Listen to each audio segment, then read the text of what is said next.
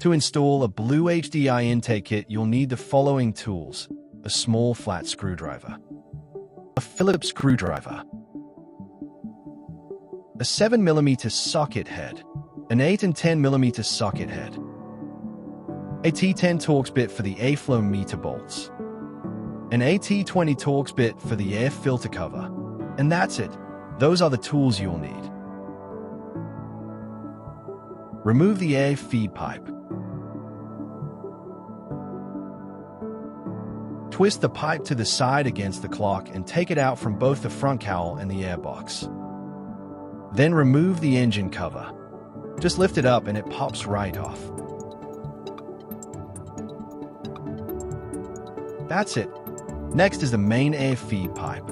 There's one bolt at the turbo and two connectors, one for the mass airflow sensor and one for the breather pipe heater. Undo these with your small flat screwdriver. Just gently lift their tabs up and unplug them.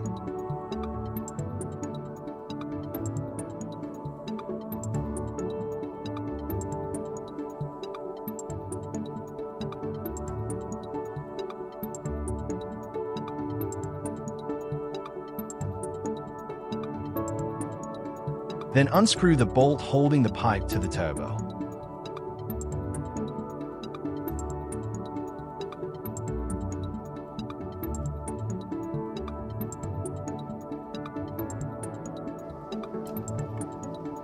Now disconnect the breather pipe and the main air pipe. Lift the yellow tab slightly and unplug the rubber hose from the main pipe. If it doesn't pull out, remove the main pipe by pulling it out of the airbox and twist the breather hose off.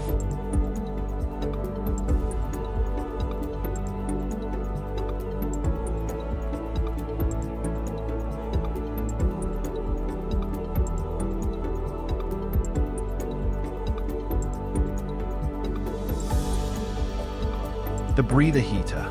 Remove it by gently prying it off with a flat screwdriver.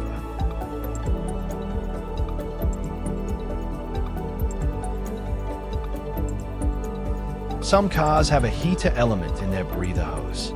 The heater is a metal bit inserted into your breather hose.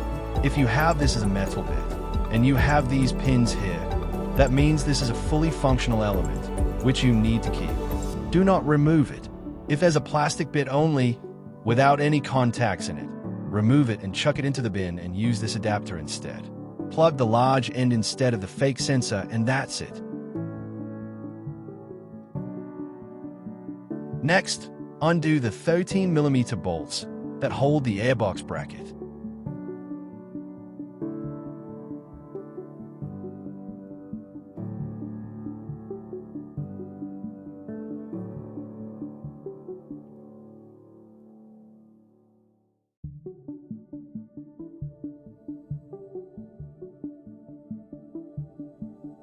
Unplug the vacuum hose from the airbox, squeeze the tabs, and pry it gently with a flat screwdriver. It may be slightly tight, like in our case, but try a few times and you'll get it off eventually.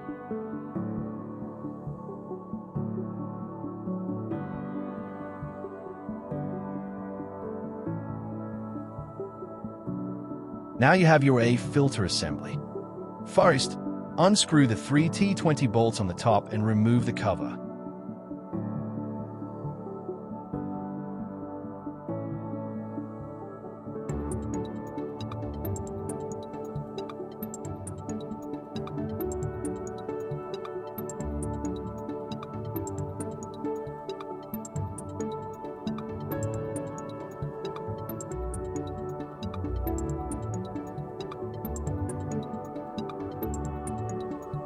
Then carefully remove the bottom part by pushing it slightly forwards so that it pops off its mounting studs, and then wiggle it out of the engine bay.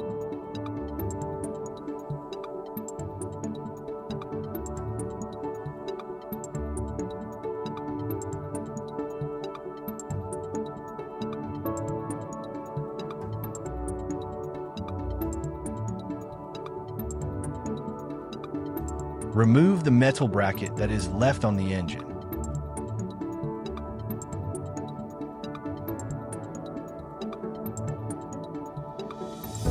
Take the 50 to 70mm clamp and pre-tighten it a bit.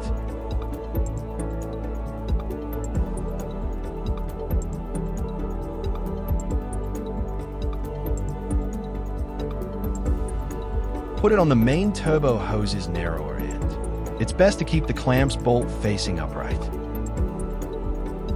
Put the clamp on and position the hose on the turbo.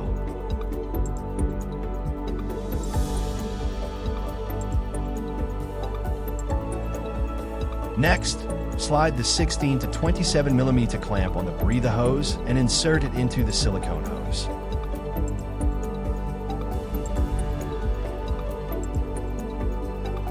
Now tighten both clamps. Note that the larger clamp should not be tightened fully yet, because you may need to reline the hose at a later stage. Tighten it just so that the hose doesn't fall off the turbo. The smaller clamp may be tightened fully now.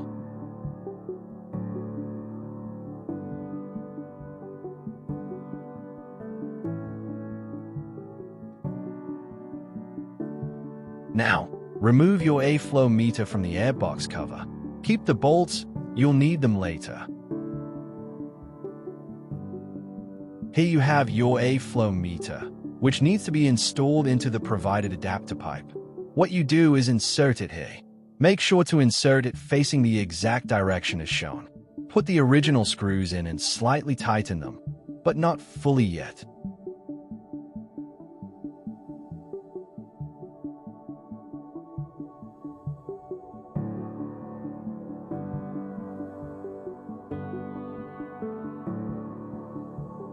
Now comes the tricky bit. Gently tighten the screws, making sure that the flow meter sits flush in the adapter and that there are no gaps on its sides. Tighten the screws until there can be seen no gap between the sensor and the adapter. Careful not to over-tighten the screws.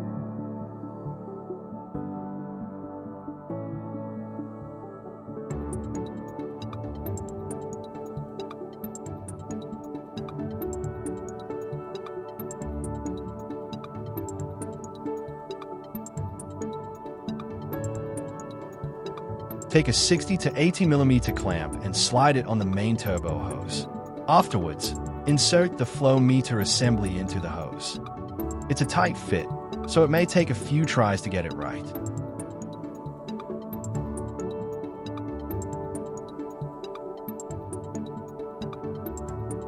Slightly, but not fully, tighten the 60 to 80 mm clamp. Take the air filter hose. Note that it has a wider and a narrower side. Insert the air filter adapter into the wider side. Again, it's a tight fit. Just keep on trying until you get it inside up to half of its length.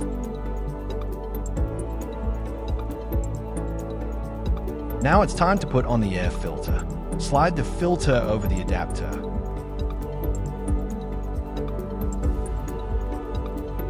It doesn't matter if the adapter is exposed slightly, as long as it is inserted at least 2 centimeters into the filter element. You may need to adjust the position of the filter later by inserting or extracting it more from the adapter. Fully tighten the air filter's clamp.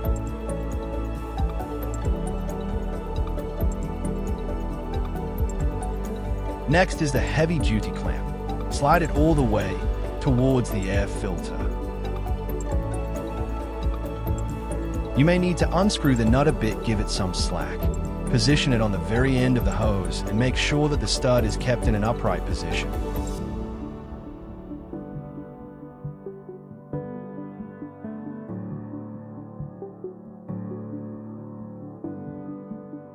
Once the clamp is in position, you'll need to remove the nut and mount the bracket on it. Keep the clamp firm in your one hand as it may disassemble once the nut is removed. The easiest way is to have the bracket ready in your hand before you remove the nut. Remove the nut, slide the short side of the bracket over the exposed stud, put a washer on top and screw the nut back on by hand until it's firm in place.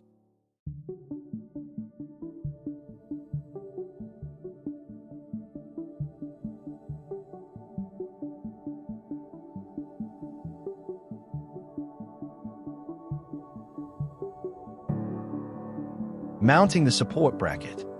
Depending on the engine version, there are a few spots where you can connect your bracket. One of them is the old airbox connector. Another one is this hole from your old airbox bracket. but we prefer the first one. Position the filter and pipe assembly into the engine bay, where your old air box was.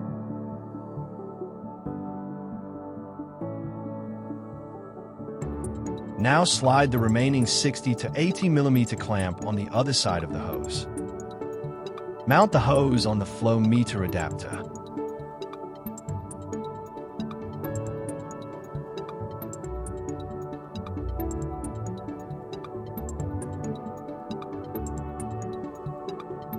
Double-check the final position of the filer assembly and adjust the components if needed.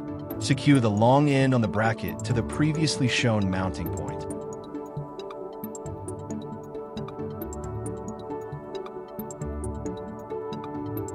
Tighten the clamp. Now, tighten the nut on the heavy-duty clamp. Don't over-tighten it, otherwise you may damage the silicone hose. Tighten it until the stud protrudes just slightly above the nut. In some cases, the wire of the flow meter does not reach into position. Therefore, a zip tie needs to be cut off. Be careful not to cut through the wiring.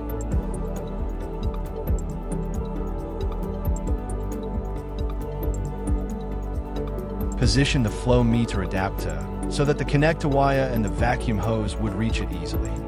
In most cases, it needs to be slightly twisted against the clock.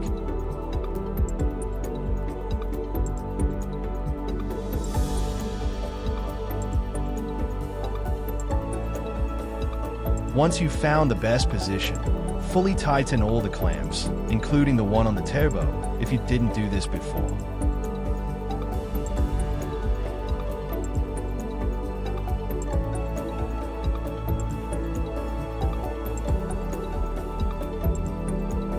Connect the flow meter connector until it clicks in place. Then, connect the vacuum hose connector onto the flow meter adapter. It needs to go on tightly. Be careful not to break the connector or the adapter.